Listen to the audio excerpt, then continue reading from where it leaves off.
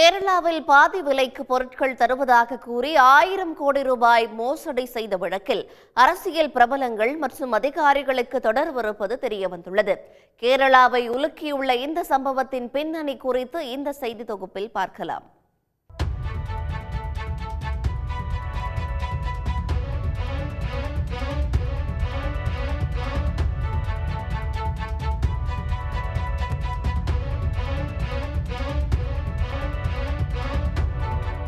மாநிலம் தொடுபுழாவை சேர்ந்த அனந்த கிருஷ்ணன் என்பவர் கடந்த சில ஆண்டுகளாகவே பல்வேறு என்ஜிஓ அமைப்புகளுடன் சேர்ந்து மகளிர் அமைப்புகளை சேர்ந்தவர்களுக்கு பாதி விலைக்கு ஸ்கூட்டர், லேப்டாப், தையல் எந்திரம் உள்ளிட்ட பொருட்கள் தருவதாக விளம்பரம் செய்து வந்தார்.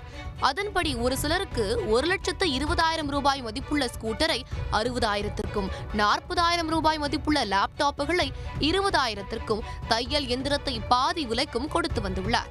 இவற்றை வழங்கும் விழாக்களில் அரசியல் கட்சி தலைவர்களும் கலந்து கொண்டுள்ளனர்.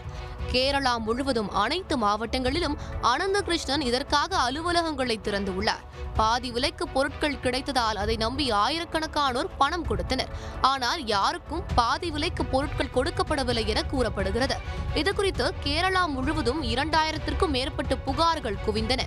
இதைத் தொடர்ந்து போலீசார் வழக்கு பதிவு செய்து அனந்த கிருஷ்ணனை கைது செய்தனர்.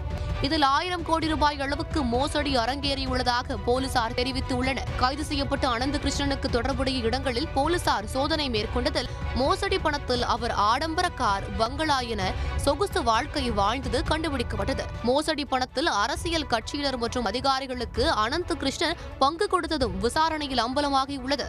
இதையடுத்து விசாரணையை தீவிரப்படுத்தியுள்ள போலீசார் அவர்களையும் விசாரணை வளையத்திற்குள் கொண்டு வந்துள்ளனர். உடனுக்குடன் செய்திகளை தெரிந்து கொள்ள சன் நியூஸ் பெல் ஐகானை கிளிக் பண்ணுங்க.